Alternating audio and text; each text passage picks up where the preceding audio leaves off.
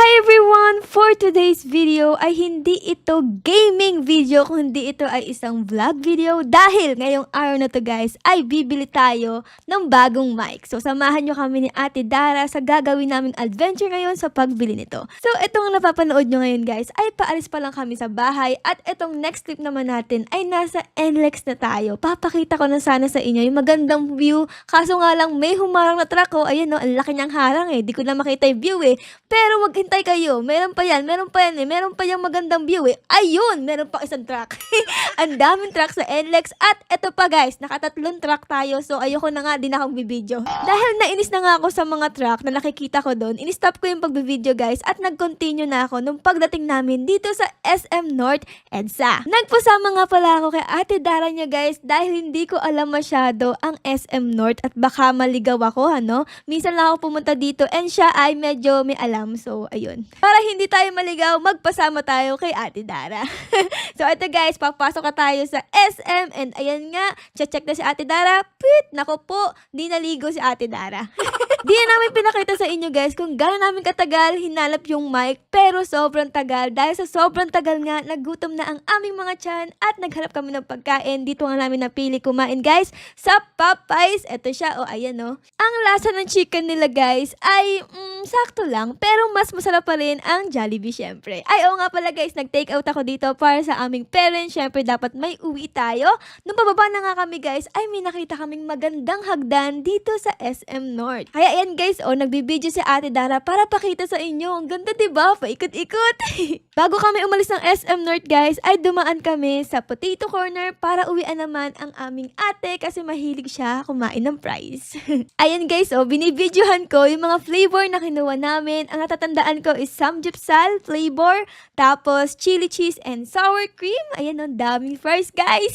Mahilig ba kayo sa fries guys? Comment down below At comment nyo din kung anong favorite nyong flavor sa Potato Corner.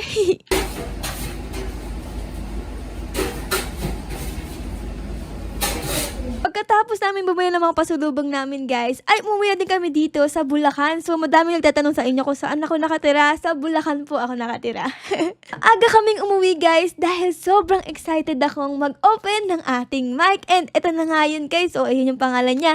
MV7 Plus Podcast Microphone.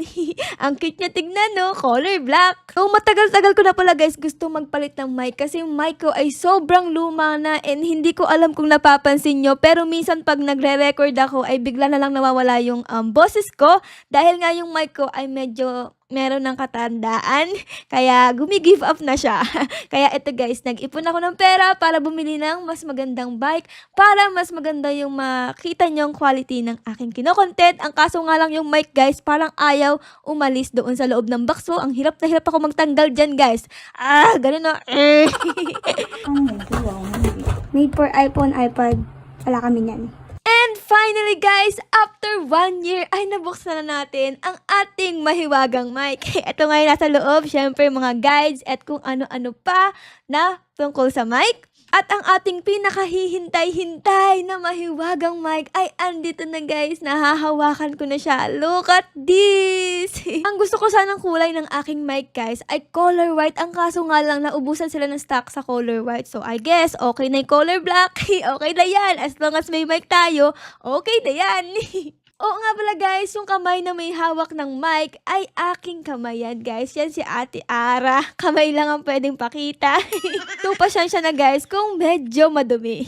Dito yung tinuturo ko guys ay iilaw yan mamaya. Pakikita ko sa inyo. Tapos yung pinakapuwet ng ating mic ay dyan sinusuksok yung mga wire para gumana papunta sa ating computer. Sa puwet din ng mic nakalagay yung name nito guys. Ayan yung Shure MV7 Plus. At kung nakaka-curious kayo kung anong loob nito, ito po ang itsura niyan.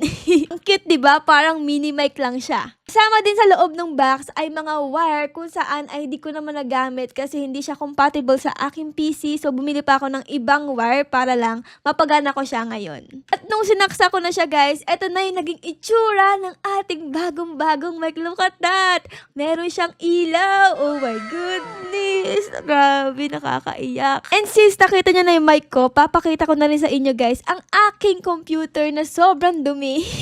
Di kasi ako naglilinis eh. At hindi lang pala ilaw ang nagagawa ng mic na to guys, kung hindi dahil pag nagsalita ka ay iilaw din siya. Tingnan nyo oh. Boing, boing, boing. Parang magic eh, no? Papakita ko din syempre sa inyo ang aking lumang mic. So, ito yung pinalitan ng ating bago syempre. Ayan no, hinahawakan ni Ate Dara. Pinapakita sa inyo kung ano itsura. Sobrang dumi na, sobrang alikabok. Diyos ko, Rode. And bago matapos ang ating video guys, gusto ko lang magpasalamat sa inyo. Dahil kung hindi dahil sa inyo, ay hindi ko mabibili ang aking pinapangarap na mic. So, thank you so much guys dahil sa inyo to. So, yun lang po. Maraming salamat sa pagnood ng video na ito. And kung na-enjoy nyo guys, baka po pwedeng pa-like, pa-subscribe, at pa-comment din po ng favorites inyo na nangyari sa vlog na ito. Yun lang guys. Maraming salamat po sa panonood. I loves you all. Bye guys. Bye-bye.